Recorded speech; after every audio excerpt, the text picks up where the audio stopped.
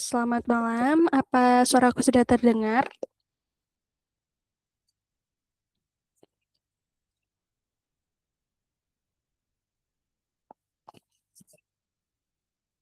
Apakah aman suaraku? Mohon konfirmasinya ya. Mungkin dari kakak-kakak juga bisa bantu konfirmasi supaya bisa aku mulai. Oke, terima kasih buat konfirmasinya. Oke, sekali lagi aku sampaikan selamat malam buat teman-teman yang sudah hadir. Mungkin ini masih ada beberapa yang belum hadir. Nanti sambil kita menunggu teman-teman lainnya, kita bisa mulai untuk pertemuan kita pada malam hari ini, yang mana ini adalah pertemuan terakhir kita di bulan Mei ya, sebelum kita masuk ke minggu ujian untuk teman-teman kelas 10. Oke, jadi malam hari ini kembali lagi dengan aku, Kak Fili, yang akan bersama-sama dengan teman-teman semua yang hadir, kita akan belajar mengenai matematika di kelas 10 dengan topik pada malam hari ini, yaitu tentang distribusi peluang dan peluang kejadian majemuk. Seperti yang udah aku share screen pada malam hari ini. Oke, untuk share screen-nya juga sudah aman ya?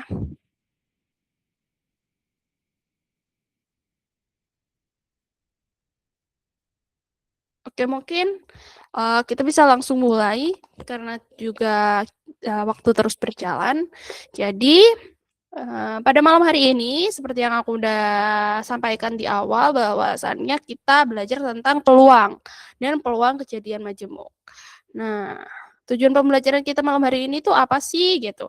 Nah, mungkin agak sedikit lebih banyak daripada pertemuan-pertemuan sebelumnya, tapi tenang aja, ini mudah-mudah ya teman-teman, jadi gak perlu khawatir. Oke, tujuan pembelajaran kita malam hari ini itu yang pertama itu untuk kita bisa sama-sama belajar menentukan ruang sampel sebuah kejadian dan membuat distribusi peluang kejadian itu bagaimana gitu caranya gitu ya, penentuannya begitu. Nah, yang kedua itu dari pembelajaran kita malam hari ini, sekiranya kita bisa membedakan nanti apa antara frekuensi relatif dan frekuensi harapan. Ini agak salah ya, ini kurang rapih. Mohon maaf ya teman-teman. Jadi ini satu apa namanya? Satu poin ya. Jadi kita mau nanti tujuannya adalah kiranya kita bisa membedakan nih nanti antara frekuensi relatif dan frekuensi harapan, dan menggunakan frekuensi harapan itu untuk memprediksi peluang suatu kejadian gitu. Nah, dan yang ketiga ya, berarti satu dua, oke, tiga itu kita membedakan antara kejadian saling lepas dan kejadian tidak saling lepas menggunakan aturan penjumlahan. Dan yang terakhir itu menentukan membedakan maksudnya kejadian saling bebas dan kejadian tidak saling bebas menggunakan aturan perkalian. Jadi, seperti di tujuan pembelajaran, kita akan pertama-tama belajar mengenai apa sih itu peluang gitu. Mungkin dari SMP atau ya kayaknya sih SMP ya. Ini dari SMP itu kita udah pernah mempelajari, udah pernah dengar itu. Apa itu peluang gitu. Nah, peluang atau bahasa lainnya dalam matematika adalah probabilitas. Itu adalah ukuran kemungkinan terjadinya suatu kejadian dalam suatu percobaan acak. Nah, yang mana nilainya itu berkisar antara 0, yang mana 0 ini menyimbolkan bahwa peluang terjadinya suatu kejadian itu adalah tidak mungkin atau mustahil. Hingga 1 yang mana itu menyimbolkan atau mewakilkan bahwa suatu kejadian itu kemungkinannya pasti terjadi gitu. Jadi karena nilainya 1. Jadi kisarannya antara 0 sampai 1 gitu. Maka dari itu nanti yang kita akan hitung itu nanti hasilnya kebanyakan adalah bentuk pecahan, desimal atau persentase dari hasil desimalnya begitu teman-teman. Jadi karena kisarannya 0 sampai 1 gitu. Nah, peluang ini sebenarnya kita selalu ada di kehidupan sehari-hari ya. Ini banyak banget kita menemukan peluang itu gitu teman-teman. Nah, sebelum kita lebih masuk ke dalam bagaimana nanti kita caranya itu menghitung peluang dan bagaimana nanti kita masuk ke poin-poin di tujuan pembelajaran yang lainnya seperti yang aku baca tadi. Nah, kita sebelumnya kita harus mengerti dulu nih percobaan itu apa gitu, dan di sini kita juga belajar selain percobaan itu adalah ruang sampel gitu teman-teman. Nah, percobaan sendiri itu adalah suatu tindakan atau untuk memperoleh hasil tertentu di mana hasilnya itu tidak dapat dipastikan sebelumnya karena namanya kan percobaan ya. Jadi kita nggak tahu nih nanti hasilnya seperti apa. Nah, hasilnya yang seperti apa itulah yang dinamakan nanti peluang gitu. Karena peluang kan kita juga tidak bisa dipastikan kan. Kita hanya tahu kisarannya gitu dari 0 sampai 1. Nah, supaya kita tahu nilai peluangnya itu dilakukan sebuah percobaan begitu. Nah, sedangkan ruang sampel ini disimbolkan dengan huruf S ya ini di sini. Mungkin nah sorry. Oke, jadi ruang sampel ini disimbolkan dengan huruf S besar ya. Atau biasanya itu himpunan semesta gitu, sama aja himpunan semesta. Jadi ruang sampel sama himpunan semesta. Kalau teman-teman mungkin pernah dengar ya, familiar sama himpunan semesta. Nah, ruang sampel dan himpunan semesta itu hampir mirip gitu. Bukan hampir mirip sih, memang itulah bahasa lain di dalam ruang lingkup peluang gitu. Di ruang lingkup distribusi peluang, himpunan semesta itu dinamakan dengan ruang. Apa itu ruang sampel? Ruang sampel, oke, sebentar. Oke, sorry, permisi. Ini atas nama Clarissa, mohon untuk di mute dulu ya.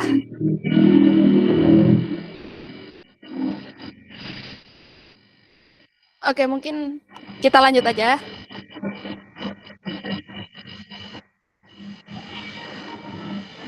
Sebentar.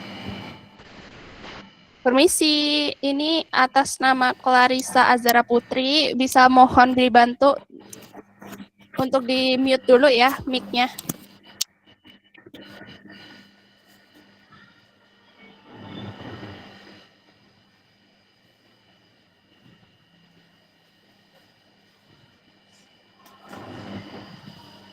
Gimana? Oke, mungkin nggak terdengar ya. Jadi kita mungkin bisa, atau mungkin dari kakak-kakak panitia bisa bantu. Soalnya suaranya agak mengganggu nih di aku. Sebentar.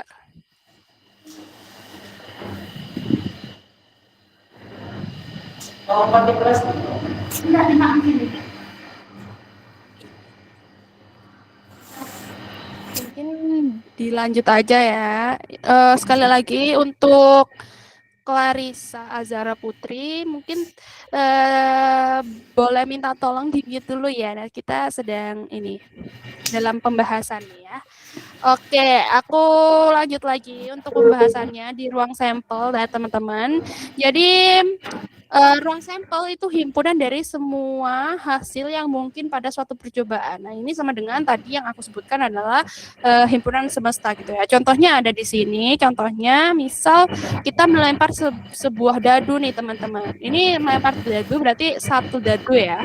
Nah, kemungkinan apa aja yang nilainya itu muncul saat kita melempar dadu nanti. Nah, itu yang dinamakan ruang sampel. Berapa aja yang nanti akan muncul angkanya saat kita melempar dadu, itu ya ini. Ini adalah anggota himpunannya 1 sampai 6. Karena kan dadu mata dadu itu ada 1 sampai 6 aja gitu ya. Terdengar suaraku teman-teman atau ini soalnya masih ini ya? Sebentar, mungkin aku bisa bantu ini ya. Bagaimana ya?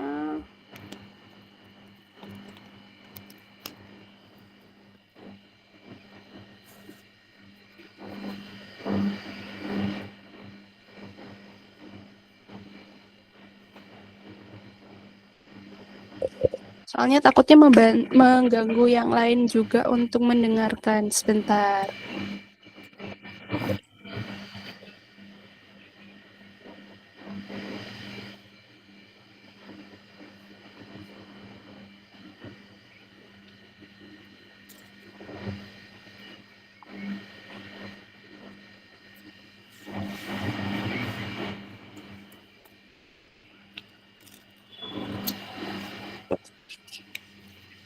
Oke, sambil mungkin kita menunggu klarifikasinya notice kita ya. Jadi kita lanjut aja.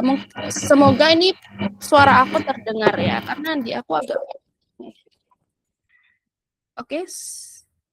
Oke, terima kasih karena udah notice. Oke, jadi kita lanjut.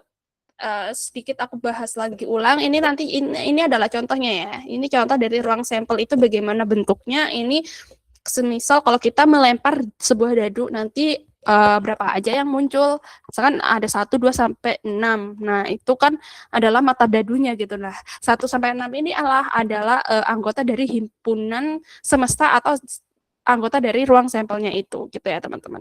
Nah, kemudian bagaimana ini cara biasanya kita mendapatkan ruang sampel itu bisa dengan 2 cara. Nah, seperti yang ada pada slide itu dengan 2 caranya. Pertama dengan tabel, yang kedua adalah dengan pohon faktor. Ini adalah 2 cara paling umum yang bisa dilakukan. Gitu, untuk memudahkan gitu. Ini biasanya tapi untuk yang skalanya itu masih kecil gitu. Misal kayak ini yang A. Ini yang tabel ini adalah kita berbicara tentang ruang sampel pada koin ya, pada mata koin gitu. Begitu. Sama halnya dengan yang ini sih sebenarnya, yang B juga tentang mata koin ya. Nah, bagaimana nanti nih ruang sampelnya atau anggota dari ruang sampelnya itu nanti ya seperti ini pembuatannya. Kalau tabel kita buat nanti tiap anggota dan tiap anggotanya vertikal dan horizontal, nanti yang di sini adalah isinya gitu nanti pasangannya gitu. Nah, untuk pohon faktor juga begitu, cuma beda dari bentuknya aja gitu. Kemudian kita masuk ke kejadian gitu. Selain ruang sampel, ada juga istilah yang namanya kejadian atau event. Kejadian atau simbolnya itu E biasanya, karena kan bahasa Inggrisnya event, itu adalah himpunan bagian dari ruang sampel. Jadi himpunan bagian dari himpunan semestanya gitu teman-teman. Nah, contohnya adalah, misal kejadian A itu adalah munculnya bilangan genap. Nah, munculnya bilangan genap ini, ruang sampelnya apa? Kalau kita ngomongin ruang sampelnya dulu gitu ya. Ruang sampelnya itu, kalau muncul angka bilangan genap, kita pasti mulainya dari mungkin kalau teman-teman biasanya mulainya dari 0 ya. 0, 2, 4, 6, 8, dan seterusnya ya. Karena kan dia bilang munculnya bilangan genap gitu kan. Berarti kan tidak ada batasnya gitu kan. Nah, untuk kejadian dari percobaan A ini biasanya kita baca dengan percobaan A ya gitu teman-teman. Jadi mungkin kejadian simbolnya E tapi kita tetap pakai dari percobaannya gitu. Percobaannya kan A biasanya, makanya kita sesuaikan simbolnya gitu. Nah, dari kejadian A ini dari percobaan A ini kejadian A itu 246. Kenapa bisa 246? Karena 246 ini adalah himpunan bagian dari ini. Himpunan bagian dari ruang sampelnya gitu. Ya kan, karena kan 246 itu masuk ke dalam ini, masuk ke dalam himpunan yang semesta ini gitu. Kalau misal A-nya itu 4, 12, 18 gitu, apakah dia merupakan himpunan bagian atau misal dikatakan dia adalah kejadian? Ya benar, tetap benar, karena dia tetap adalah himpunan bagian atau dia anggota-anggotanya itu adalah bagian dari ruang sampelnya si percobaan A ini gitu teman-teman. Nah, sorry. Nah, kemudian kita masuk ke peluang suatu kejadian gitu. Kita udah belajar tentang kejadiannya. Kejadian itu apa sih dan contohnya bagaimana. Nah, maka dari itu kita lanjut nih. Kalau kejadian itu kita kenakan peluang gitu. Nah, bagaimana rumusnya? Rumusnya seperti yang di sini. Sudah cukup jelas ya. Keterangannya juga udah ada bahwa peluang itu disimbolkan dengan P dalam kurung. Nah, dalam kurung A ini adalah percobaannya gitu ya, teman-teman. Atau kejadiannya gitu. Nah, ini di sini peluang kejadian A. Nah, di atas ini atau pembilangnya itu adalah N dalam kurung A. Itu banyaknya anggota banyaknya anggota kejadian di A gitu. Atau di percobaan A, itu anggotanya ada berapa banyak. Jadi banyaknya ya, bukan nanti kita ngelis kayak gini, bukan. Bukan didaftarkan seperti ini, tapi misal kayak yang ini kan ada 3, berarti kita tuliskan nanti 3 gitu. Jadi banyaknya. Nah, kemudian yang penyebutnya itu sama, dia banyaknya tapi adalah anggota dari S atau ruang sampelnya gitu. Ini ruang sampelnya.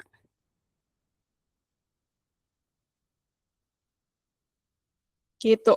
Nah, kemudian di sini ada nih keterangannya. Dari semua kemungkinan tersebut dapat disimpulkan sebagai berikut. Nih, kisaran nilai. Tadi udah disebutkan ya, kisaran nilai dari suatu peluang itu 0, mulai dari 0 sampai dengan 1 gitu. Jadi dia bisa 0, bisa 1 atau bisa di antara 0 dan 1 gitu. Nah, kemudian jika si kejadian A-nya atau percobaan A ini menghasilkan himpunan kosong atau dia menghasilkan nilai 0 gitu misalnya, berarti peluang suatu kejadiannya nih sama dengan 0 atau PA-nya 0. Itu artinya kejadiannya itu mustahil terjadi gitu. Jadi kadang itu kita nulisnya nggak langsung angkanya, tapi misal kayak diketahui dia A sama dengan himpunan kosong gitu. Berarti ya langsung aja, berarti dia kemungkinan atau peluangnya itu pasti 0.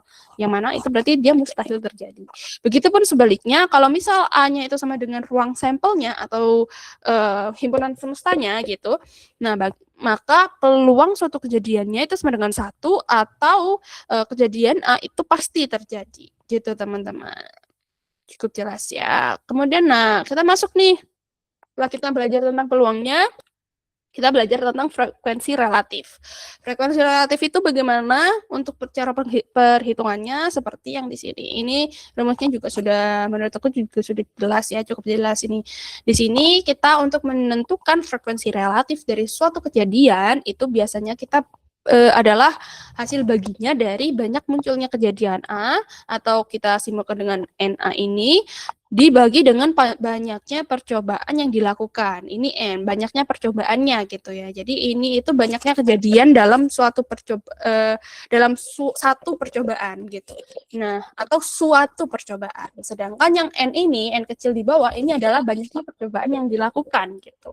Nah, di sini ini adalah contohnya ya, teman-teman. Jadi misalkan pada perlemparan sebuah dadu sebanyak 18 kali diperoleh hasil seperti berikut. Berarti yang N kecil ini adalah yang 18 kali ya. Ini di sini udah di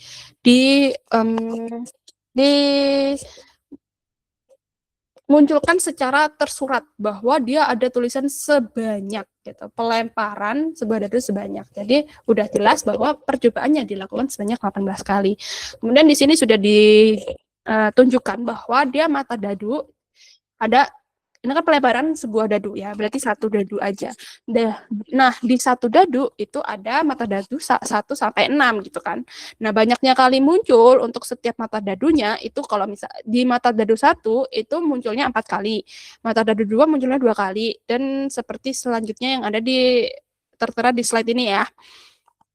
Kemudian, bagaimana kita mencari frekuensi relatifnya gitu. Nah, ini ada 2 contoh ya. Kalau misal kita nanti mau lanjutkan, kita coba. Nah, di sini kita lihat dulu. Frekuensi muncul mata dadu 1 itu bagaimana gitu untuk frekuensi relatifnya. Nah, kita bisa tuliskan FR. FR ini bisa kalau mengikuti yang ini pokok konsisten ya teman-teman. Asalkan kalian konsisten dalam penulisan itu benar. Bisa pakai FR yang R-nya kecil atau FRR-nya besar. Terserah kalian. Senyalannya aja dan seterbiasanya aja. Asalkan konsisten gitu. Nah, yang ini FR-nya FR1 atau frekuensi muncul mata dadu 1 itu seperti yang ini ya, rumusnya kita tinggal masukin aja gitu. Jadi N1 atau banyaknya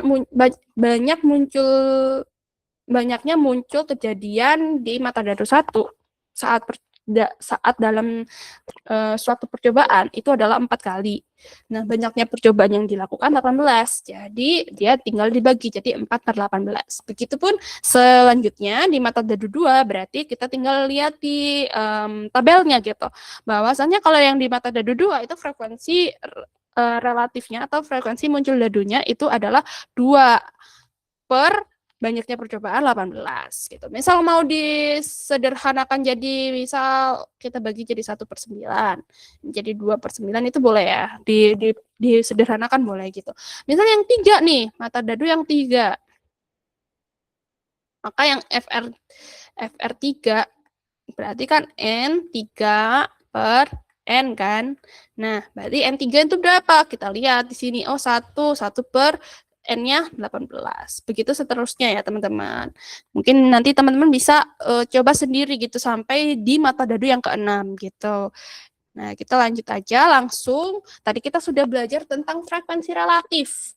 Kemudian masuklah kita ke tahap selanjutnya, yaitu kita belajar tentang frekuensi harapan gitu. Nah, apa bedanya dari frekuensi relatif? Nah, frekuensi harapan ini itu adalah banyaknya kejadian yang diharapkan dari suatu percobaan gitu, teman-teman. Bagaimana rumusnya dan bagaimana nanti cara menghitungnya? Nah, ini pakai yang ini. FH, kalau tadi kan FR. Nah, ini FH, frekuensi harapan.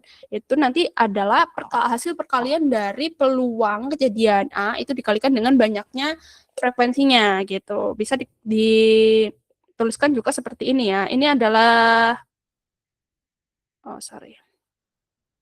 Ini adalah pecahnya. Jadi kita pecah, bukan dipecah, kita jabarkan gitu. Penjabaran ini adalah penjabaran dari si rumus PA ini. PA ini kan didapatkan dari NA per NS gitu. Dikalikan dengan banyaknya frekuensinya. Ini ada contohnya juga. Nah, misalkan pada pengambilan kelereng di dalam kantong diperoleh peluang kejadian terambil kelereng hijau adalah ini. Jadi udah ada peluangnya, udah diketahui peluangnya gitu ya. Dan peluang terambilnya kelereng biru, ini ada kelereng biru adalah 2/3. Jadi ini peluang dari yang terambilnya kelereng biru dalam kantong tersebut gitu ya teman-teman. Nah, jika pengambilan kelereng dilakukan sebanyak 36 kali, frekuensi harapan terambil kedua bola dapat dihitung sebagai berikut. Nah, jadi dia ada dua ini, udah dijelaskan juga untuk cara pengerjaannya, bahwa untuk frekuensi harapan terambilnya kelereng hijau, tinggal kita masukkan aja nih peluang terambilnya hijau itu berapa. Nah, kita masukkan. Ini kan ada nih, diketahui nih 1/3. Kemudian kita kalikan dengan banyaknya percobaan yang dilakukan, yaitu sebanyak 36 kali. Gitu. Jadi 1/3 dikali 36, hasilnya berapa? 12. Berarti frekuensi harapan terambilnya kelereng hijau itu 12 kali. Gitu. Jadi banyaknya kejadian yang diharapkan itu 12 kali itu gitu. Nah, begitupun dengan yang terambilnya kelereng biru. Kelereng hijau tadi ya 12 dari 1/3 kali 36. Kalau yang kelereng biru berarti tinggal kita masukkan peluangnya yang di sini 2/3 dikalikan banyaknya lagi, banyaknya percobaan 36. Nah, hasilnya adalah 24 kali. Begitu. Jadi inilah hasilnya. Oke, mungkin sebelum kita masuk ke peluang kejadian majemuk, aku akan tanya ke teman-teman apakah bisa aku lanjutkan atau misal ada yang ditanyakan sebelum kita masuk ke peluang kejadian majemuk, karena ini agak lebih dalam lagi ya teman-teman. Mungkin ada yang ingin diulang atau bagaimana gitu. Mungkin aku tunggu 1 menit ya sampai jam 8 gitu. Mungkin dari penjelasan aku atau terlalu cepat gitu. Oke. Ini sudah ada konfirmasi dari Aldina Safa. Tidak ada, Kak. Pak, sudah paham. Oke, terima kasih konfirmasinya. Kita bisa lanjut. Nah, kita mulai masuk ke yang perhitungannya agak sedikit banyak. Nggak banyak juga sih. Tapi agak lebih advance lah dari yang kita pelajari yang tadi, yang di atas-atas. Nah, kita mulai masuk ke peluang kejadian majemuk. Definisinya apa? Definisinya sudah ada di sini bahwa peluang kejadian majemuk itu adalah probabilitas atau peluang terjadinya 2 atau lebih peristiwa secara bersamaan atau dalam urutan tertentu gitu teman-teman ya. Jadi ini dilakukan secara bersamaan, ini ada kata kuncinya. Dia 2 atau lebih secara bersamaan atau urutan tertentu gitu. Nah, kita masuk nih. Nah, kita masuk yang menggunakan aturan penjumlahan dulu. Nanti aku akan jelaskan bagaimana itu aturan penjumlahan gitu. Jadi aku jelaskan langsung di soalnya gitu ya. Langsung di contohnya gitu supaya teman-teman bisa melihat langsung dari contoh nyatanya, kasus nyatanya gitu. Real case. Nah, aku bahas dulu bahwa kita itu dalam peluang kejadian majemuk itu sebenarnya ada 2 aturan. Yang pertama adalah aturan penjumlahan, yang kedua itu adalah aturan perkalian. Nah, sekarang kita bahas dulu yang aturan penjumlahan. Nanti bagaimana untuk melihat bedanya, itu nanti ada gitu ya untuk pembedanya gitu teman-teman. Nah, pertama di aturan penjumlahan itu dibagi lagi 2, yaitu adalah peluang 2 kejadian saling lepas dan tidak saling lepas. Pertama kita bahas yang saling lepas dulu gitu.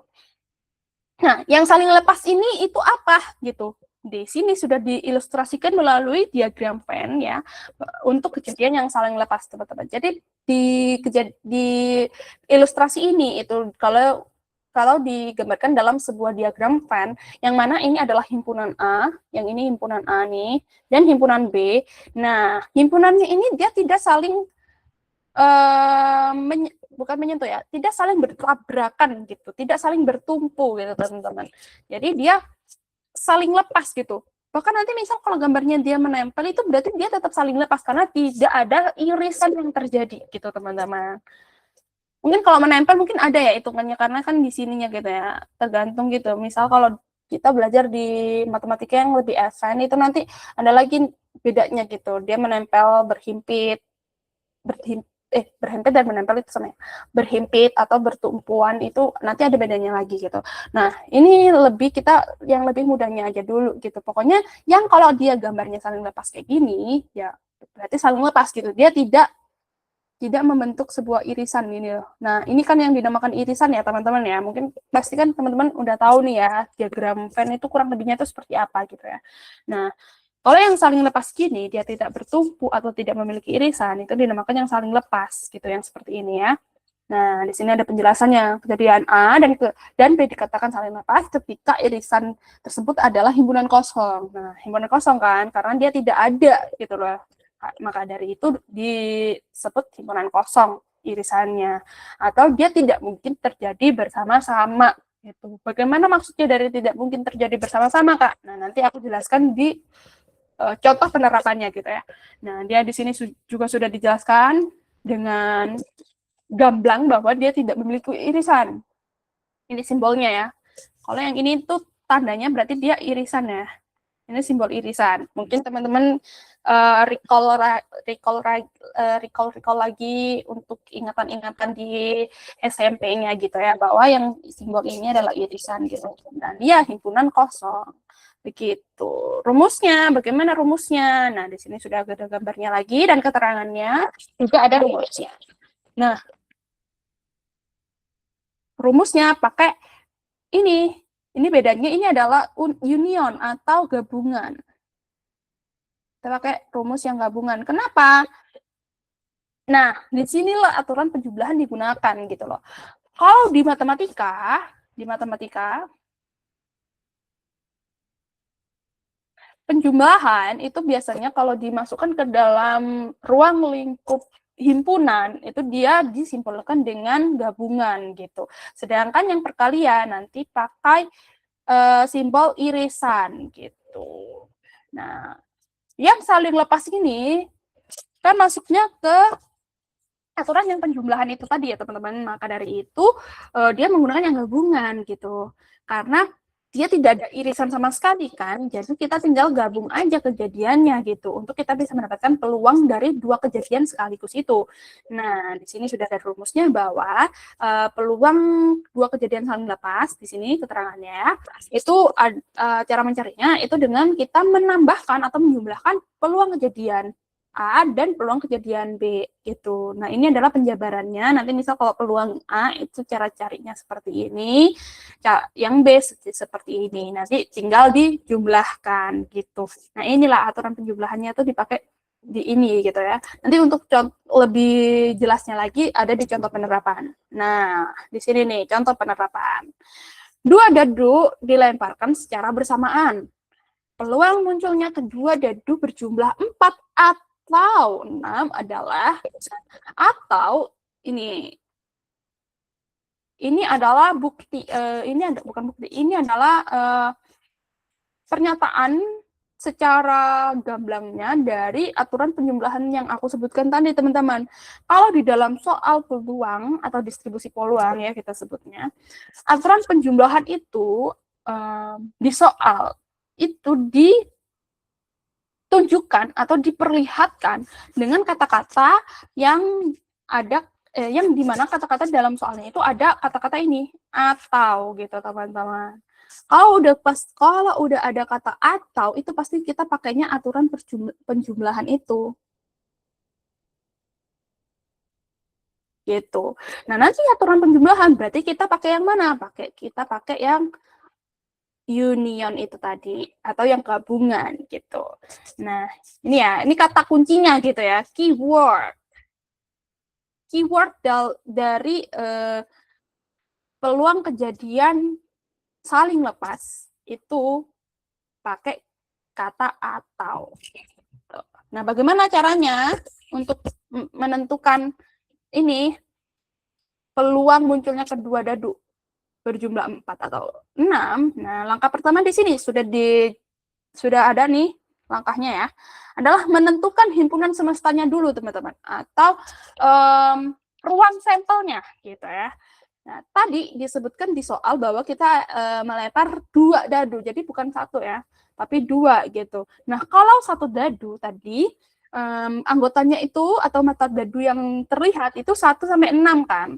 Nah, kalau ada 2 berarti 1 sampai 6-nya itu ada 2 gitu. Jadi dia tidak bisa pakai cuma 1 karena kan ada 2 nih, ada 2 benda gitu ya. Jadi tetap digunakan dua-duanya, yaitu ya mata dadu di dadu pertama, atau misal kita sebutnya dadu A dan dadu B gitu ya. Berarti dadu A itu dia mata dadunya ada 1 sampai 6, dan begitupun yang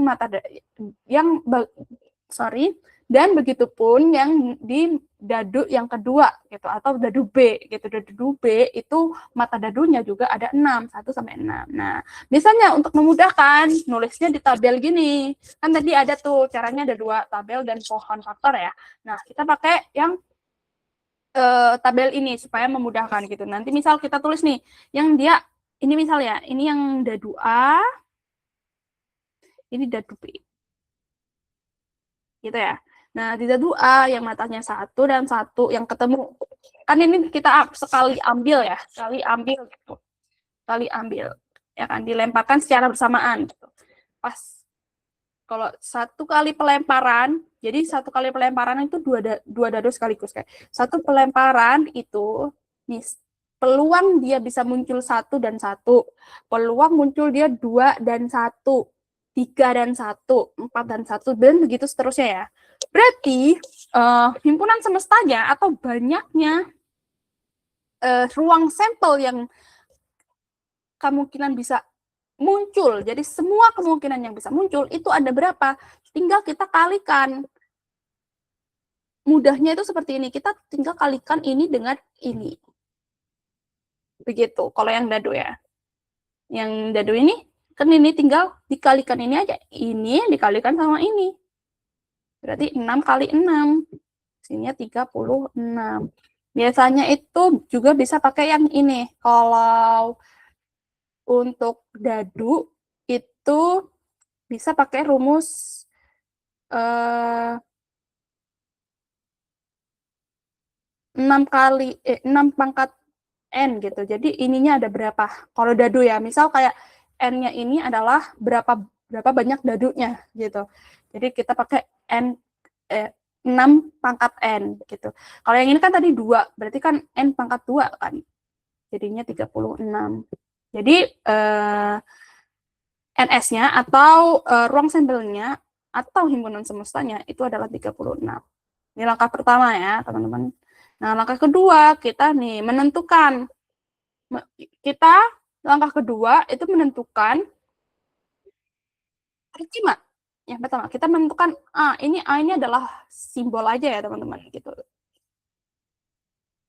Ini beda lagi sama yang ini ya. Ini misal kita ganti deh. Takutnya sama. Ini beda ya, itu cuma simbol tapi beda maksud kalau yang itu. Ini dadu ke-1 dan dadu kedua gitu ya. Dadu 1, dadu 2. Nice, gitu. Nah, yang ini kita menentukan A. Menentukan A ini apa? A ini nih, kejadian muncul mata dadu berjumlah 4, gitu.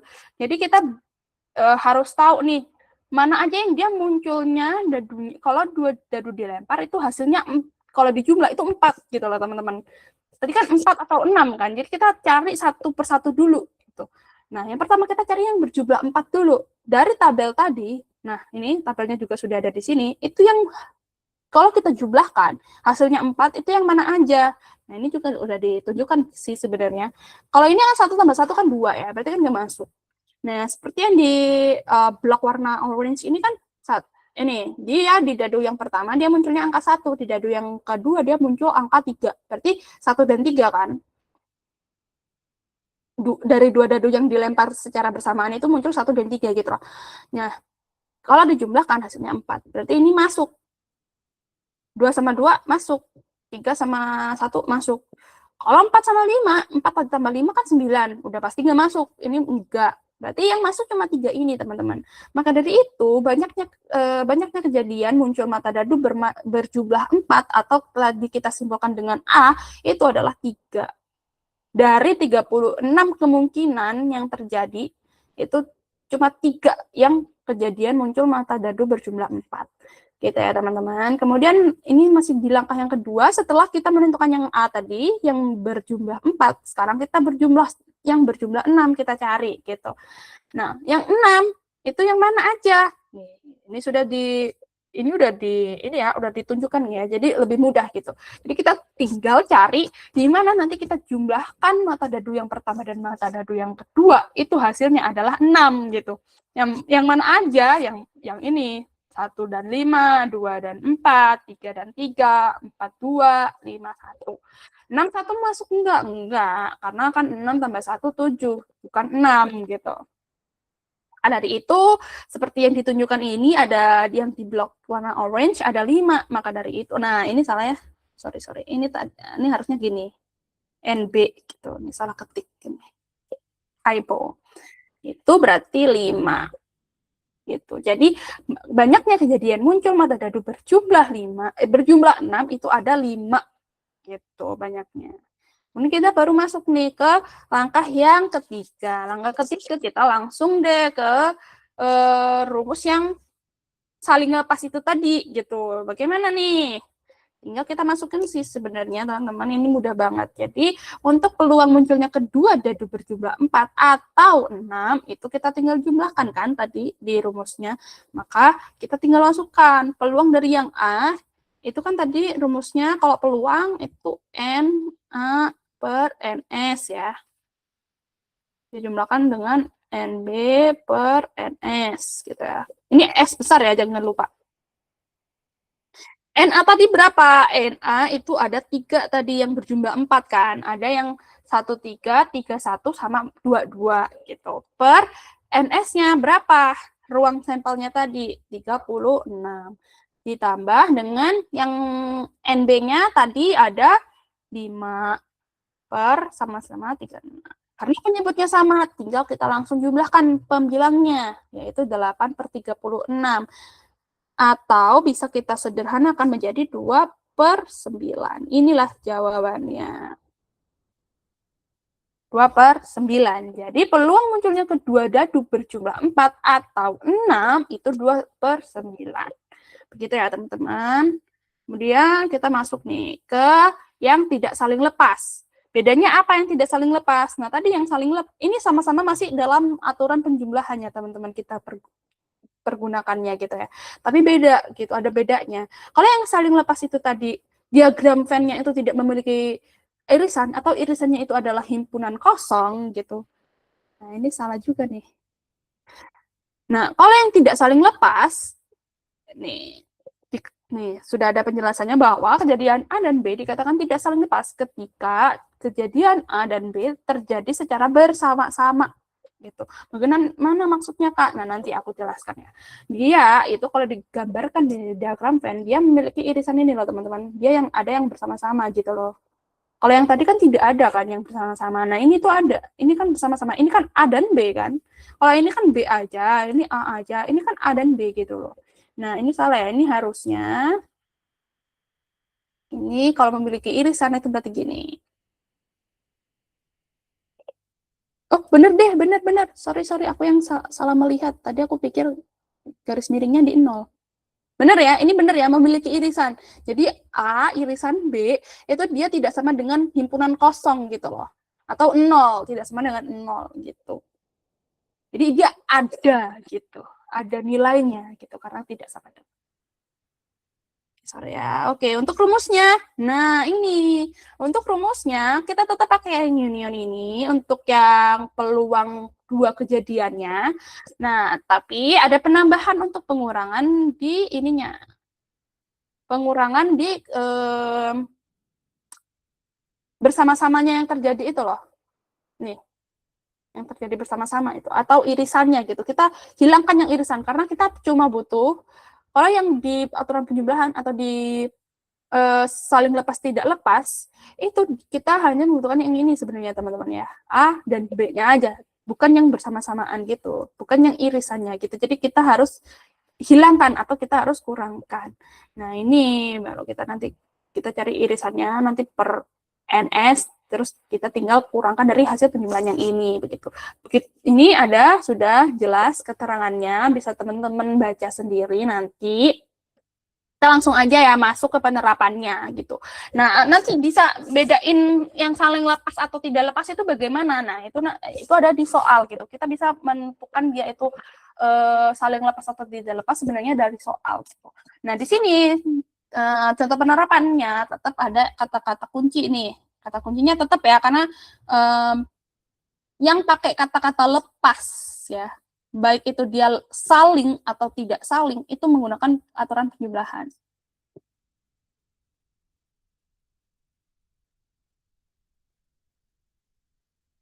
Ya, teman-teman ya. Oke, sorry. Oke, jadi kalau kata-kata ini, kata kuncinya adalah kalau kita menemukan selepas. Ingat-ingatnya gini, kalau lepas berarti dia aturan penjumlahan. Baik yang saling ataupun tidak saling gitu ya. Nah, di sini sebuah kotak berisi 10 bola yang diberi nomor 1 sampai 10. Dari kotak tersebut diambil sebuah bola secara acak ya, diambil sebuah bola secara acak. Tentukan peluang terambilnya bola bernomor bilangan genap atau bilangan prima gitu. Nah, ini sudah di list ya bolanya angka 1 sampai 10. Langkah yang pertama kita udah pasti kita menentukan ruang sampelnya dulu gitu. Kita selalu yang pertama, langkah pertamanya adalah menentukan ruang sampel atau himpunan semestanya gitu. Nah, dari yang permasalahan tadi kan udah jelas nih ada 10 bola. Berarti ya NS-nya adalah 10 gitu ya. Kemudian masuk ke langkah yang kedua. Nih, langkah kedua adalah menentukan kejadian terambilnya bola bernomor bilangan genap atau bilangan prima gitu. Nah, jadi kita list gitu. Kita sama kayak yang tadi yang disaling lepas, kita 2 kali pengerjaan. Yang pertama kita cari yang kejadiannya genap dulu, kalau yang di sini ya. Kalau yang di soal ini kita cari yang genap dulu. Kita misalkan dia dengan kejadiannya adalah A gitu. Dan yang di sini adalah B gitu, yang prima. Jadi yang A itu kita cari yang genap, B kita cari yang prima. Yang genap itu yang mana aja? Yang genap ada 2, 4, 6, 8 dan 10. Nah, ini kan sudah jelas ya. Berarti NA-nya itu ada 5 gitu. 1 2 3 4 5 gitu. Nah, yang B kejadian terambilnya bernomor bilangan prima itu ada berapa? Dari bola angka 1 sampai 10. Ada 4. Apa aja? 2, 3, 5 dan 7. Maka ini salah lagi ya. Ini NB-nya itu sama dengan 4. Gitu kan ada 4. Nah, inilah. Nah, ini sebenarnya menentukan kenapa harus kenapa dinamakan dia tidak saling lepas gitu. Karena dia ada yang sama gitu. Nah, maka kita masuk nih ke langkah selanjutnya kalau yang tidak saling lepas, menentukan irisan kejadian terambilnya bola bernomor bilangan genap atau bilangan prima gitu. Nah, dari yang kita list tadi ya teman-teman, bahwa nih ditunjukkan udah terlihat jelas ya bahwa yang A atau yang bilangan bola bernomor bilangan genap, itu kan ada 2, 4, 6, 8, 10 ya. Sedangkan yang B ini yang bilangan prima kan, 2, 3, 5, dan 7 gitu. Nah, dari kedua kejadian ini, kejadian A dan B ini itu ada sama-sama memiliki bola yang angkanya itu sama gitu, yaitu 2. Maka irisan dari dua kejadian ini itu bola angka 2 itu jadi teman-teman. Maka inilah yang dia sebut dia itu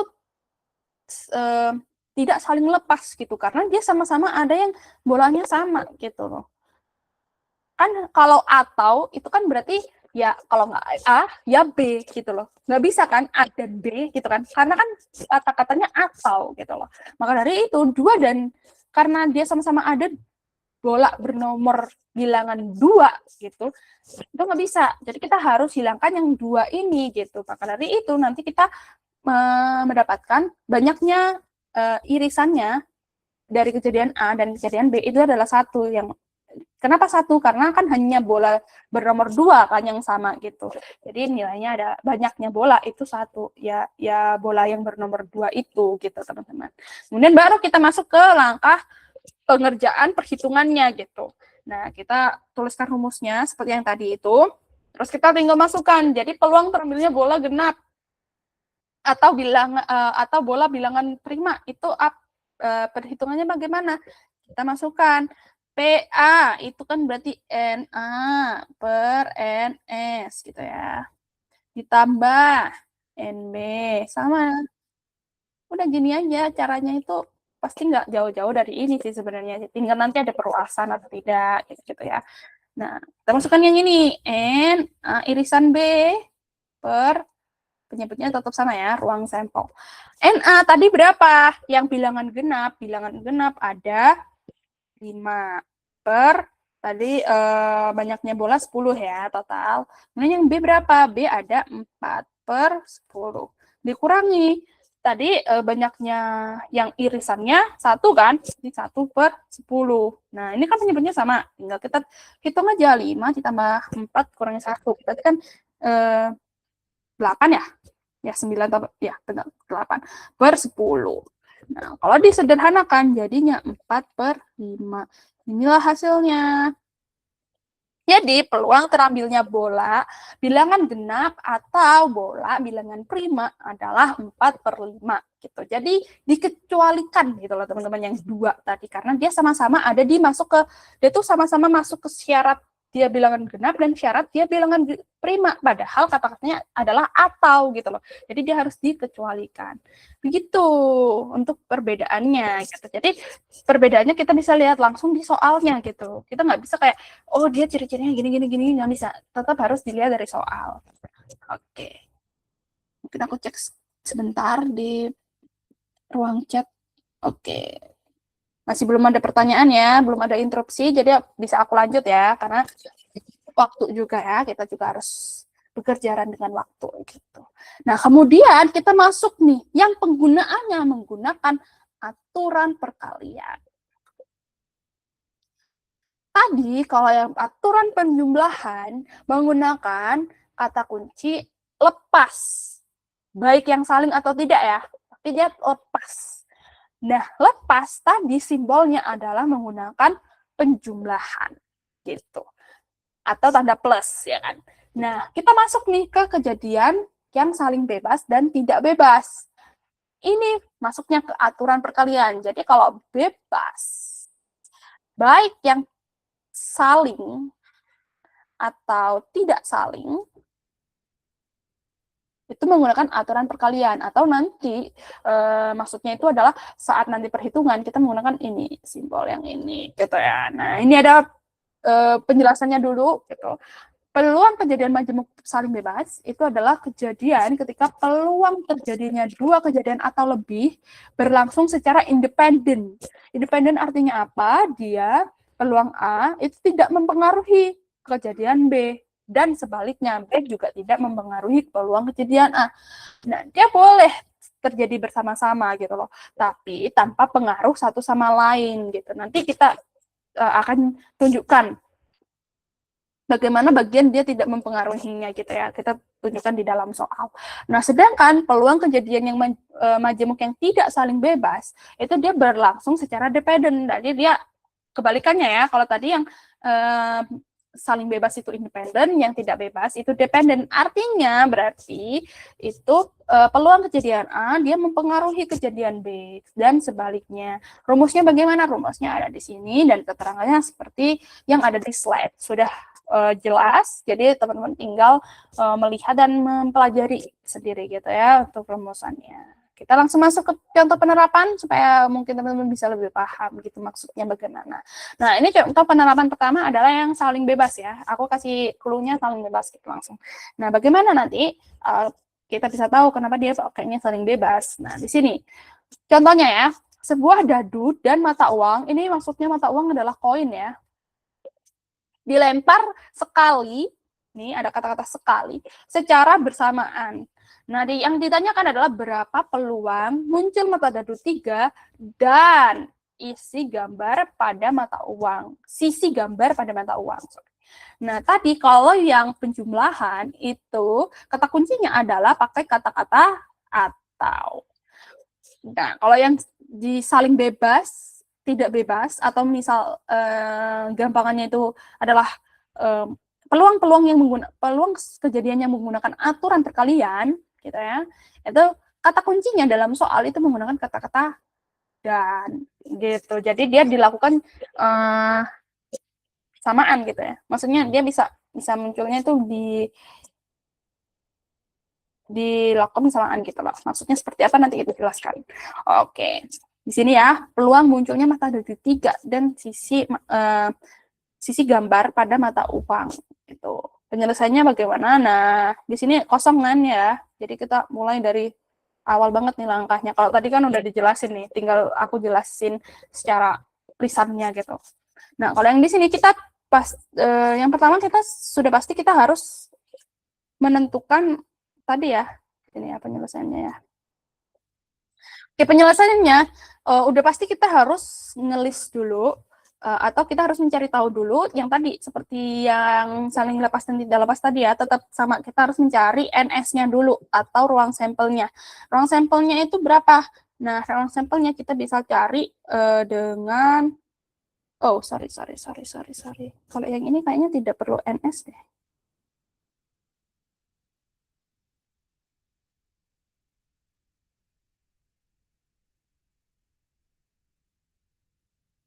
Atau kita bisa sih sebenarnya kita cari NS-nya juga nggak apa-apa sih, cuman kayaknya tidak digunakan ya. Kita cari NS-nya aja dulu. Misal NS-nya ini didapat dari, kan kita lihat dulu ya, kejadian A itu misal yang dadu, B itu misal yang koin ya, aku kasih tulisan koin gitu aja ya, atau mata uang gitu ya tadi.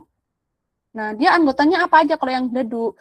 Mata dadu kan ada 6, kan dia satu dadu dan satu koin kan, berarti mata dadunya ada 1, 2, 3, 4, 5, 6. Oke. Ini yang koin itu berarti cuma angka dan gambar gitu ya. Angka dan gambar, atau bisa ditulis gini sih sebenarnya. Cuman biasanya aku gini, yang ini ya biasanya aku, karena biar bisa membedakan, kan ini sama-sama angka gitu ya, nanti takutnya jadi irisan gitu kan, padahal beda gitu. Ini angka dan gambar gitu, maksud 1 dan 2. Nah, jadi NS-nya kalau kita mengatakan NS ya tinggal digabung aja. Kalau NS berarti nanti gini, 1, 2, 3, 4, 5, 6 A dan gambar gitu. Atau misal nanti ini kan tadi kalau yang di sini kan secara bersamaan ya, secara bersamaan berarti nanti kita listnya kalau mau nyari yang NS-nya itu kalau bersamaan berarti ya, kalau misal 1 dan A, misal 1 dan gambar, 2 dan angka, 2 dan gambar, begitu seterusnya ya. Nanti ada berapa jumlahnya, yaitu NS-nya gitu. Ada berapa banyak ini gitu, sampai yang kan ini seterusnya sampai nanti berarti 6, A dan 6, gambar kan. Nah, ini tuh ada berapa gitu. Nah, itulah NS-nya gitu. Tapi kalau di sini sepertinya tidak digunakan ya, karena kita akan mencari ini dulu. Ini kita cari berarti sini ya, kita cari Na NB gitu. Banyaknya kejadiannya. Karena kan ini di soal sekali ya, masing-masing sekali gitu. Nah, dan kita di yang ditanya atau di pertanyaannya itu kan jelas-jelas bahwa dia mata dadu 3 atau sisi gambar. Berarti kan dia cuma dicari satu aja gitu loh. Yang 3, kalau nggak yang gambar gitu. Jadi banyaknya kejadian yang A atau dadu ya pasti satu.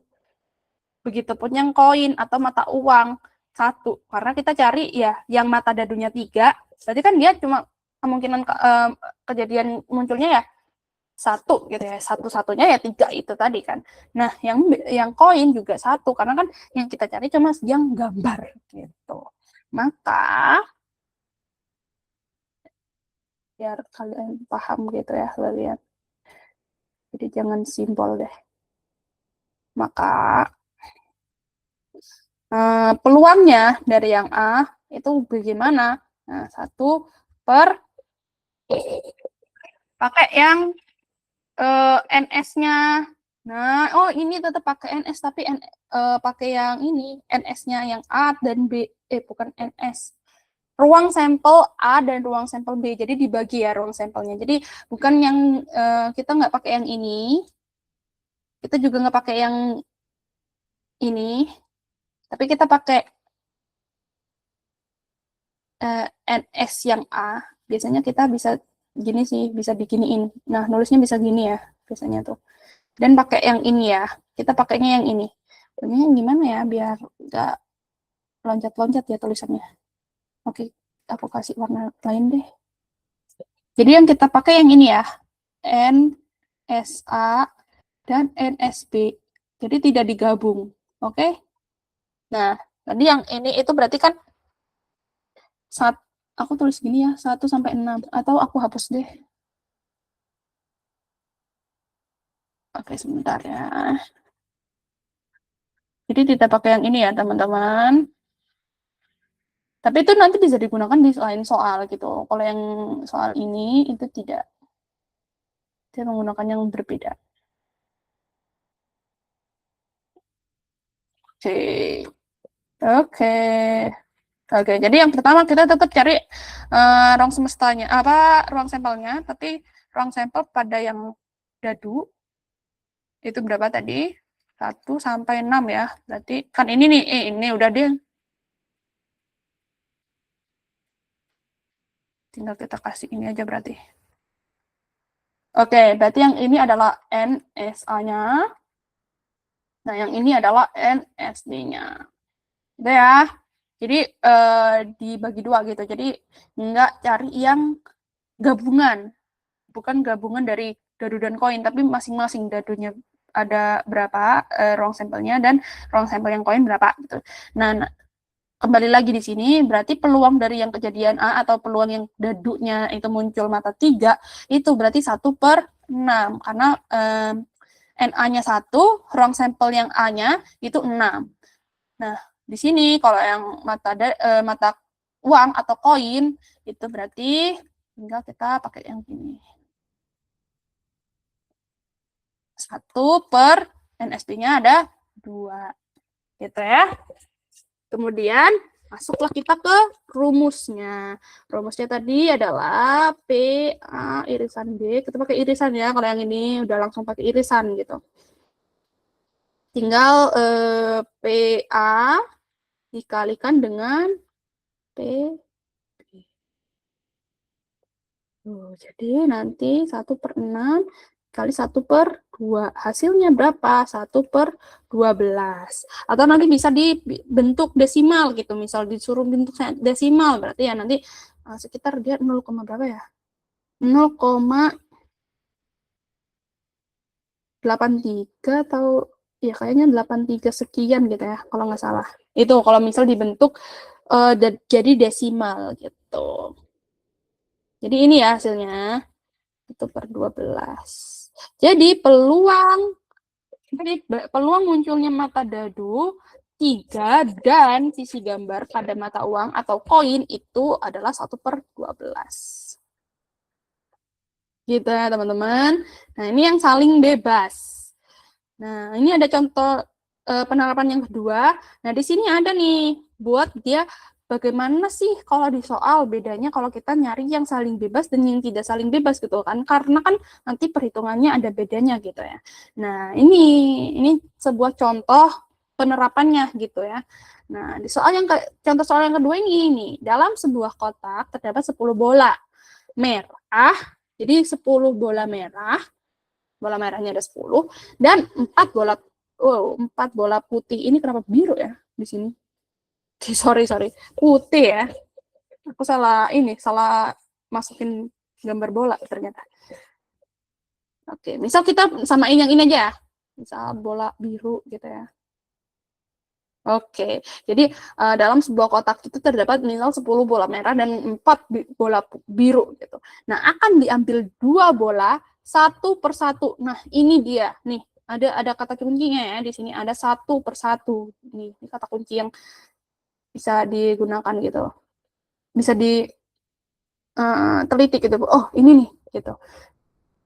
Hintnya gitu, clue-nya gitu ya, 1/1. Nah, hitung peluang terambilnya keduanya merah. Jadi kita ambil 2 bola. Jadi kita hitung peluang terambilnya 2 bola jika 2 bola itu sama-sama warnanya merah gitu. Nah, tapi ada syaratnya nih. Syaratnya yang pertama yang A, kita nanti hitung yang A itu tiap percobaan diperbolehkan dengan pengembalian gitu. Diperbolehkan. Nah, ini juga kata kunci ya, teman-teman. Diperbolehkan dengan pengembalian. Nah, ini yang A itu adalah soal di mana kita akan menggunakan yang peluang kejadian saling bebas. Gitu ya, teman-teman. Nah, yang B itu dia tanpa pengembalian. Kalau yang tanpa pengembalian itu maknanya itu yang tidak saling lepas. Saling lepas, tidak saling bebas.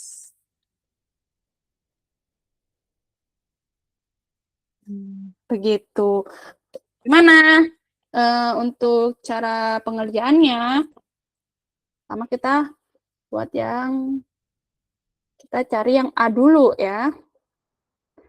Yang dengan pengembalian atau pakai saling bebas. Jadi bedanya itu ya, kata-katanya tuh biasanya nggak jauh-jauh dari itu sih, tanpa pengembalian, tanpa perbaikan, gitu-gitu biasanya gitu. Itu yang tidak saling bebas. Kalau biasanya dengan pengembalian, dengan perbaikan, dengan pengayaan, biasanya kata-kata seperti itu sih, nggak jauh-jauh dari itu biasanya dia saling bebas. Nah, caranya seperti apa? Caranya kita tulis dulu NS-nya. Sama ya. Nah, kalau yang ini, di soal yang ini tetap ya nih ada kata-kata dan ya, berarti nanti pakai aturan perkalian. Nah, kalau yang soal yang tadi itu kita ruang sampelnya pakai yang masing-masing kan. Nah, kalau yang di sini karena dia sama-sama jenisnya adalah bola, cuma beda di warna aja, jadi kita bisa gabung nih untuk ruang sampelnya. Ruang sampelnya kita gabung, kita jadiin satu, kita list bahwa tadi dikatakan ada 10 bola merah ya, berarti merahnya ada 10. Misal nih, biasanya lebih rapinya sih gini ya kalau nulis. Biasanya sih nggak rapi-rapi banget sih, nggak apa-apa. Biasanya kalau buat ujian kan nggak tergantung juga sih sama gurunya. Itu kalau biasanya kalau cepet-cepetan sih nggak usah, nggak apa-apa. Nah, ini ada 1, 2, 3, 4, 5, 6, 7, 8, kurang 2 ya. Ada 10 yang merah ya. Aku simbolkan bola merah dengan huruf M besar. Kemudian yang bola biru ada 4 ya tadi. Tadi putih ya sebenarnya, tapi aku pakai biru gitu ya. Misal kita ganti biru gitu. Jadi birunya ada 4. Nah, total berarti karena dia wujudnya kan sama-sama bola ya, jadi kita bisa gabung nih. Nah, berarti ruang sampel dari bola, baik yang bola berwarna merah dan biru, itu ada berapa totalnya? Ya tinggal sebenarnya tinggal 10 tambah 4 sih gitu ya. Sebenarnya gampangannya gitu. Cuman kalau suruh ngelis atau udah ngelis kayak apa berapa anggota-anggotanya, ya berarti nulisnya kayak gini, bisa kayak gini gitu. Atau teman-teman punya cara lain untuk menuliskannya, ya terserah. Cuman tetap harus totalnya adalah 14 si NS-nya ini, gitu ya. Kalau yang soal ini gitu kan 10 merah dan 4 biru. Oke, kemudian setelah itu kita juga list yang dia yang merah atau yang kejadian pertama. Misal kita simpulkan kejadian yang pertama adalah satu kali pengambilan gitu loh, dalam satu kan kita ambil tadi kan di soalnya nih ada yang ini ya, ada hint atau ada clue, ada kata kunci bahwa dia diambilnya itu, kita ambil 2 bola tapi cara ambilnya itu adalah satu persatu ya teman-teman. Nah jadi kita adalah ini percobaan pertama gitu loh, banyaknya percobaan pertama atau pas kita ngambil bola pertama gitu loh, pas ngambil bola pertama banyaknya banyaknya kejadian itu kan 10 ya bisa ambilnya, benar nggak? Karena kan merah kan, yang diambil kan merah, jadi kan bisa ada banyaknya kita bisa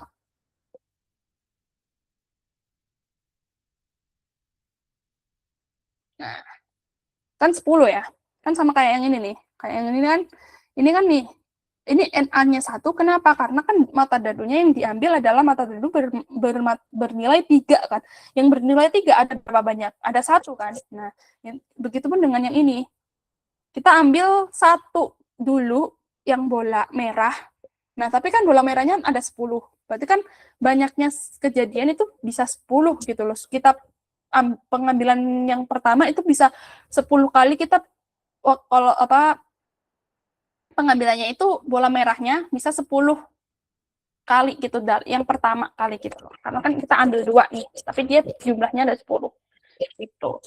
Jadi ada 10 bola yang bisa kita ambil 1 merahnya. Maksudnya begitu ya. Kemudian yang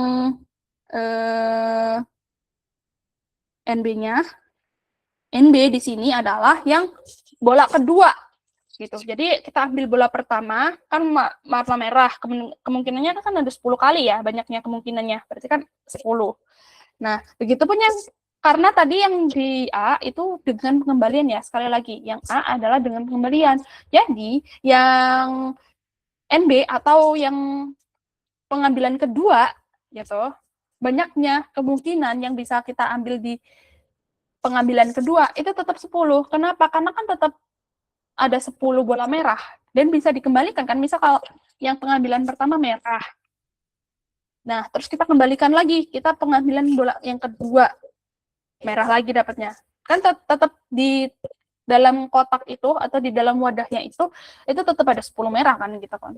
Nah, jadi tetap sama-sama yang NA-nya 10, NB-nya juga 10 gitu loh. Ini maksudnya NA-nya itu adalah yang pengambilan pertamanya 10, pengambilan keduanya juga ada 10 kemungkinannya gitu. Kemudian kita tinggal cari, oke sebentar. Oke, aku izin cas ini dulu ya, teman-teman. Baterai.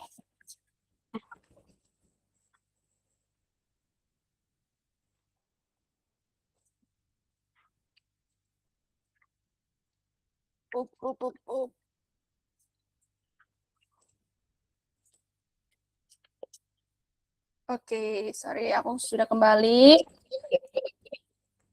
Oke, suaraku aman? Masih aman ya? Soalnya baterainya habis. Aku lupa cas tadi.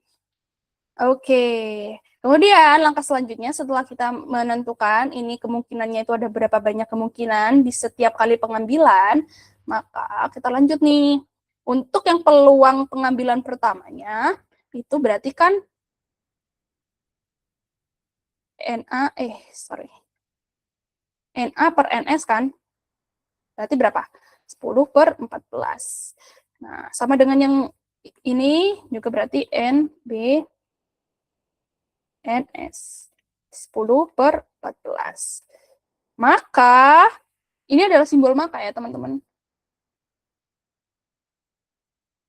Oke, maka tadi kita masukkan ke yang rumus ini. Yang rumus ini ya, kita masukkan ke rumus yang ini. Kita sudah ngelis nih, apa aja yang dibutuhkan gitu ya. Tinggal kita masukin deh. P A irisan B sama dengan PA dikali dengan PB. Maka di sini 10/14 dikali 10/14. Hasilnya berapa? Hasilnya 100/196. Ya betul, 196. Itu sama dengan berapa nih kalau disederhanakan gitu. Disederhanakan kita bagi 4, sama-sama kita bagi 4, hasilnya 25 per berapa? Bagi 4 ya? Bener ya? Bagi 4, bagi 4. Bagi 4, 16. Jadi 4, 16, 36 bagi 4, 49 ya. Nah, inilah hasilnya. Jadi untuk yang A atau peluang terambilnya kedua bola itu merah dengan syarat tiap percobaannya boleh dengan pengembalian, itu peluangnya adalah 25/49 ini. Begitu. Oke, kita lanjut yang B. Ini kita udah mau selesai ya teman-teman. Ini yang terakhir. Oke, yang B itu adalah tanpa pengembalian ya teman-teman. Tetap sama. Kita cari peluang terambilnya dua-duanya bolanya itu adalah warna merah, tapi di sini syaratnya itu digantikan dengan tanpa pengembalian gitu, atau kondisinya gitu. Kondisinya dia tidak boleh dikembalikan gitu. Satu kali ambil ya udah nggak bisa dikembalikan ke wadah itu. Nah, ini adalah contoh yang tidak saling bebas. Nah, nanti di tidak saling bebas ini, di kondisi peluang kejadian yang tidak saling bebas, ini nanti ada perluasannya lagi teman-teman, yang mana nanti kita masuk ada pembahasan tentang peluang kejadian bersyarat. Nah, itu.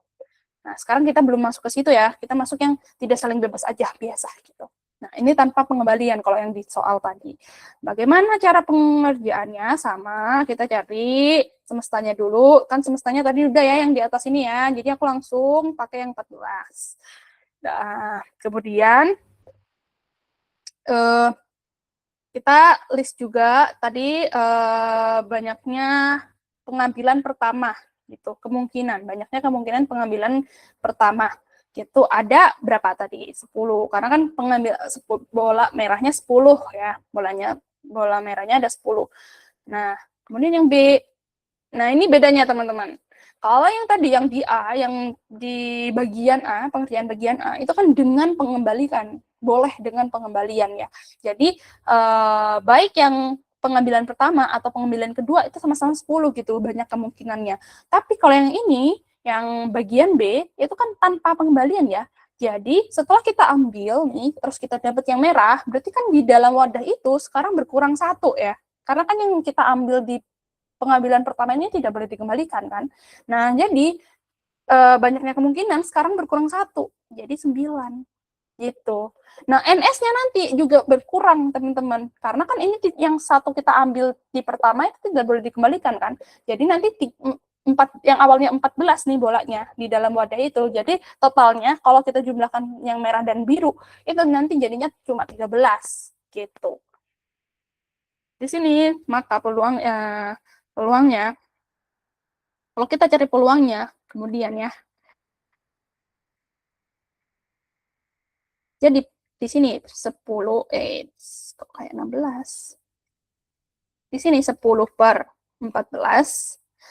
Kalau yang B atau pengambilan yang kedua itu 9/13 gitu. Karena ini tanpa pengembalian ya. Di sini.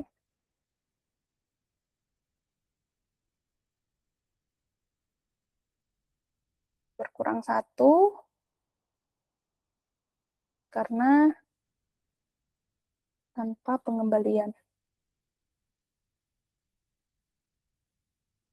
Ini ya, jelas nggak ya? Semoga jelas gitu ya. Ini, sorry. Aku perjelas deh. Semoga jelas ya. Jadi dia berkurang satu, baik yang pembilang atau penyebut berkurang satu karena dia tanpa pengembalian gitu. Maka di sini kita bisa langsung cari B, A, D-nya. Ya. Dengan cara kita kalikan aja gitu. Sama, kalau rumusnya mah sama sebenarnya, tidak saling bebas maupun yang tidak saling bebas gitu. Cuman dia ada syarat-syaratnya gitu loh, ada perbedaan di syaratnya atau kondisinya gitu loh. Nah, jadi yang PA-nya pakai yang 10/14.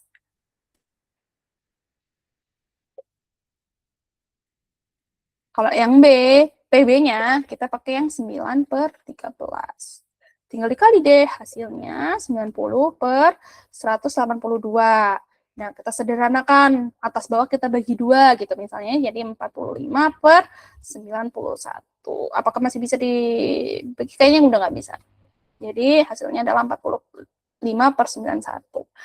Maka kita ketemu nih, peluang terambilnya kedua bolanya itu sama-sama merah, tapi tanpa pengembalian, itu hasilnya adalah 45/91 gitu. Tuh. Itu sih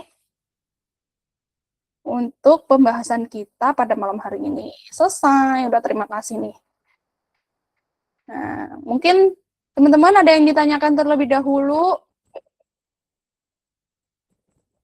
Suara aku sejauh ini masih jelas kan ya? Atau soalnya ini di gambar aku agak delay kalau gambarnya. Amankah? Apakah sudah paham? Sudah paham. Oke. Terima kasih konfirmasinya. Mungkin ada lagi? Atau ini sebenarnya kita udah selesai nih teman-teman. Dan jamnya juga udah cukup ya sebenarnya. Karena kan jadwalnya di 20.52 gitu ya. Aku mau kasih satu aja lagi yang tidak saling bebas ini ya buat teman-teman gitu. Supaya mungkin lebih paham gitu ya. Karena takutnya kan kalau nganu beda ya. Karena pengerjaannya agak sedikit berbeda gitu ya. Mungkin kita coba ini yang satu terakhir ya teman-teman. Satu aja terakhir itu yang biru kita misalnya yang cari yang biru ya gitu ya. Sebentar. Aku kasih gini dulu. Ini yang untuk bola biru ya. Misal tanpa pengembalian kalau yang bola biru gitu. Kita kerjakan ya sama-sama gitu. Supaya mungkin aku kasih pengulangan penjelasan supaya biar teman-teman lebih paham gitu. Tapi bedanya ini yang bola biru ya. Aku kasih tinta warna biru. Oke. NS-nya tadi, kalau yang untuk bola biru sama ya. Ini kan kita coba untuk yang tanpa pengembalian supaya teman-teman lebih paham ya. Nah, kita cepet aja. Yang NS-nya tadi sama-sama 14. Nah, di sini NA. Ini aku kasih nganu deh. Aku kasih apa namanya? Nah, aku kasih agak gini. Sebentar. Oke, sebentar. Nah,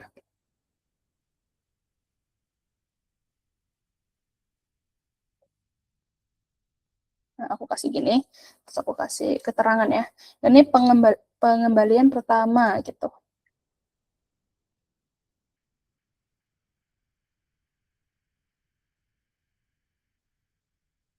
Pengambilan kok pengembalian. Cepat pengambilan pertama. Yang NB pengambilan kedua. Oke. Oke ya.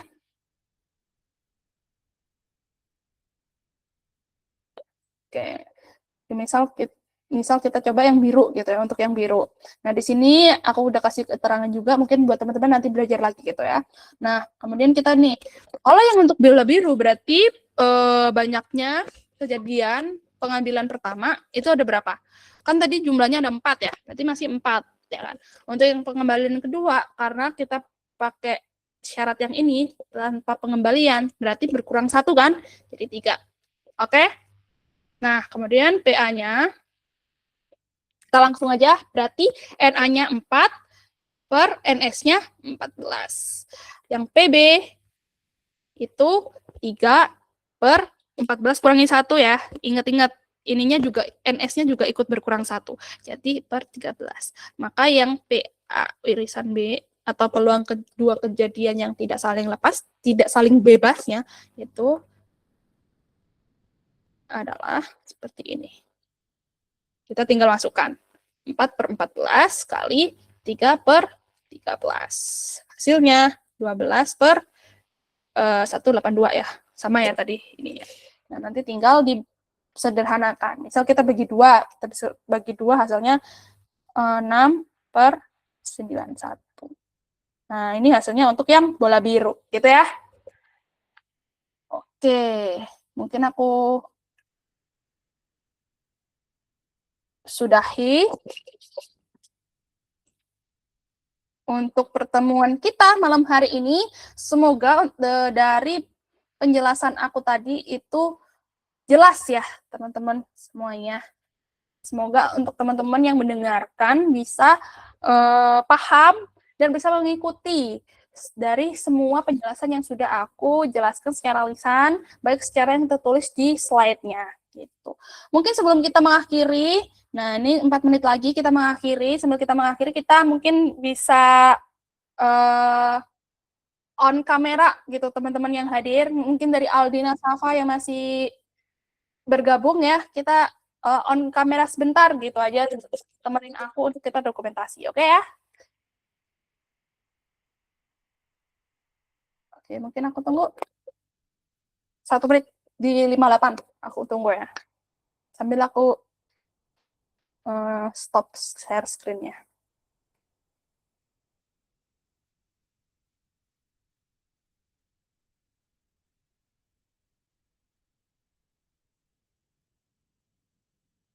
Oke. Hai, aku melihat wajah Aldina yang sangat cantik. Ya. Makasih ya sudah selalu hadir. Oke.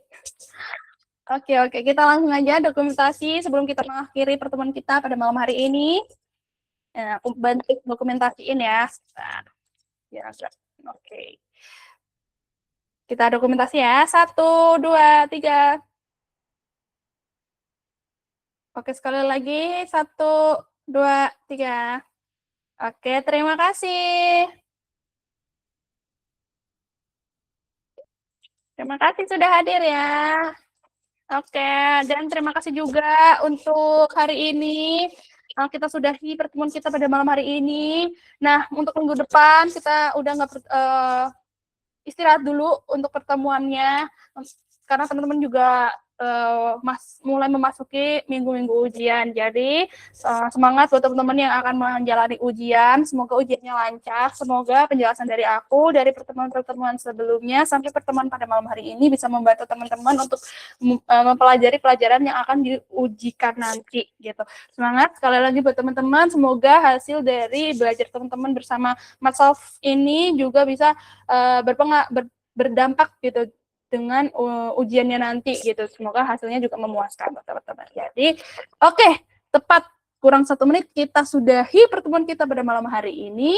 Nah, sampai jumpa di pertemuan selanjutnya. Mungkin akan bertemu setelah liburan ya mungkin gitu ya. Jadi, sampai bertemu di pertemuan dan kesempatan selanjutnya. Terima kasih, selamat malam, selamat beristirahat, selamat melanjutkan aktivitasnya. Bye.